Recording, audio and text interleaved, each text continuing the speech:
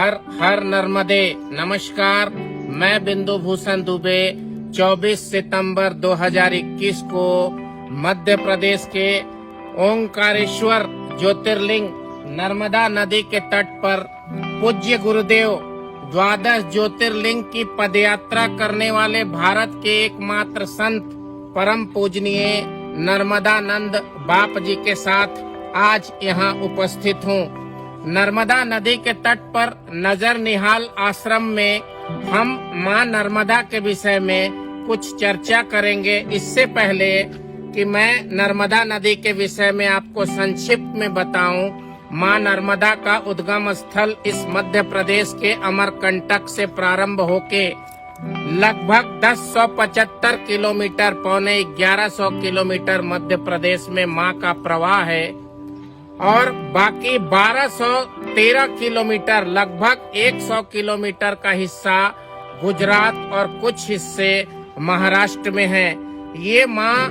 को महादेव का वरदान है। माँ के गर्भ से जितने भी पत्थर निकलते हैं वो नर्मदेश्वर शिवलिंग कहलाते हैं। गुरुजी, माँ नर्मदा और भगवान भोलेनाथ के विषय में आपके श्री मुख से दर्शकों के लिए मार्गदर्शन चाहता हूँ। ये देवादिदेव महादेव की पावन नगरी ओमकार क्षेत्र है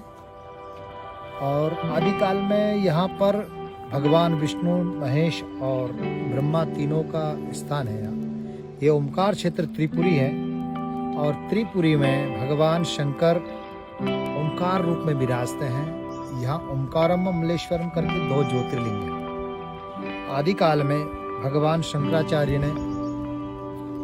यहाँ पर ज्योतिर्लिंग जो है उसकी महिमा बढ़ाने के लिए गोविंद पाद जब साधना कर रहे थे तो गोविंद पाद की इस गुफा में जब जल जा रहा था तो आदि गुरु शंकराचार्य भगवान ने एक मिट्टी के पात्र को घड़ा लेकर के गुफा के द्वार पे जब वो रख देते हैं और बालक शंकर 8 साल की जिनकी आयु है, ऐसे दिव्य भगवान शंकरम शंकराचार्यम शंकर भगवान ने ही स्वयं शंकराचार्य के रूप में अवतरित होकर के इस जगत को अद्वैत दर्शन को पुनः स्थापित करने के लिए, जब इस संस्कृति के अंदर पूरे भारतवर्ष में कपालियों राज हो चुका था, बौद्धिक धर्म छा रहा था, ऐसी अवस्था में इसी ओमकार क्षेत्र में आकर के भगवान शंकर ने जो है अद्वैत दर्शन का गोविंद पाद से दीक्षा लेकर के संपूर्ण भारतवर्ष को पुनः सनातन धर्म को स्थापित करके इस ओमकार क्षेत्र से जन जन जब पृथ्वी पे जब जब भी संकट आता है, यदा यदा ग्लानि भवति भावते, भगवान जो कृष्ण का जो महावाक्य है वो भी इसी मध्य प्रदेश की पावन भूमि ओमकार क्षेत्र से उज्जैन से ज्ञान लेकर भगवान श्री कृष्ण ने पूरे विश्व को एक अद्वैत दर्शन का जो बोध कराया था। और फिर कलयुग के अंदर द्वापर युग में भगवान अवंतिका से दीक्षा लेते हैं और कलयुग में ओमकार क्षेत्र में आकर के शंकराचार्य ने दीक्षा लेकर के माँ नर्मदा का जो है पूरा प्रादुर्भाव को किस प्रकार से नर्मदा अष्टक के रूप में सबिंदु सिंधु, बिंदु से सिंधु के रूप में कैसे प्रणीत होती है नर्मदा जी, और अमरकंटक की पावन भूमि से निकल के मेकल पर्वत से जब नर्मदा जी प्रकट होती है तो उन नर्मदा जी के वेग को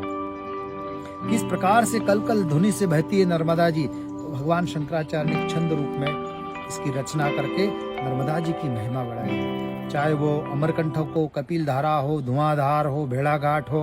भेड़ाघाट से ओमकार क्षेत्र की पावन भूमि हो, चाहे सुलपानी की झाड़ी हो या दरिया का किनारा भड़ूच के अंदर, नर्मदा जी की स्वयं की यात्रा जो है 1365 किलोमीटर की यात्रा है और प्राय परिक्रमावासी मां नर्मदा के वरदान को और उनकी कृपा प्राप्त करने के लिए लाखों लाखों परिक्रमावासी प्रत्येक गांव में होते होते किनारे की परिक्रमा करते हैं और मां नर्मदा जी के इस जल को प्रदूषण से रोकने के लिए काफी संतों ने भी और मध्य प्रदेश शासन के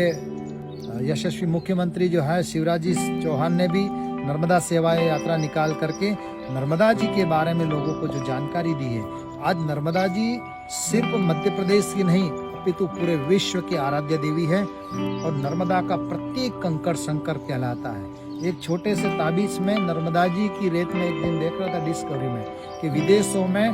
1 लाख में एक ताबीज बिकता है। नर्मदा जी की रेती डाल के बोले नर्मदा जी की रेती को गले में धारण करने से शिव कृपा प्राप्त होती है। तो ऐसी नर्मदा जी की उत्पत्ति शिव जी से होती है और शिवलिंग की उत्पत्ति नर्मदा जी से होती है। तो यहाँ दोनों एक दूसरे के पूरक है। नर्मदा जी से शिव की उत्पत्ति और शिव से नर्मदा जी की उत्पत्ति। श्री श्री नजर निहाल आश्रम ज्योतिर्लिंग ओंकारेश्वर में अनेक साधु संतों का आवागमन होता रहता है और पर्यावरण के लिए नित्य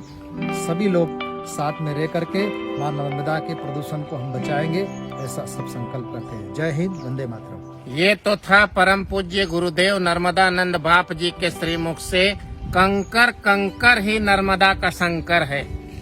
और आप इस ज्ञान से लाभान्वित होइए। मैं बिंदु भूषण दुबे इस आश्रम के एक अनुयायी के रूप में आपको समय समय पर गुरु जी के श्रीमुख से अमृत वचन सुनवाता रहूंगा। हर हर नर्मदे।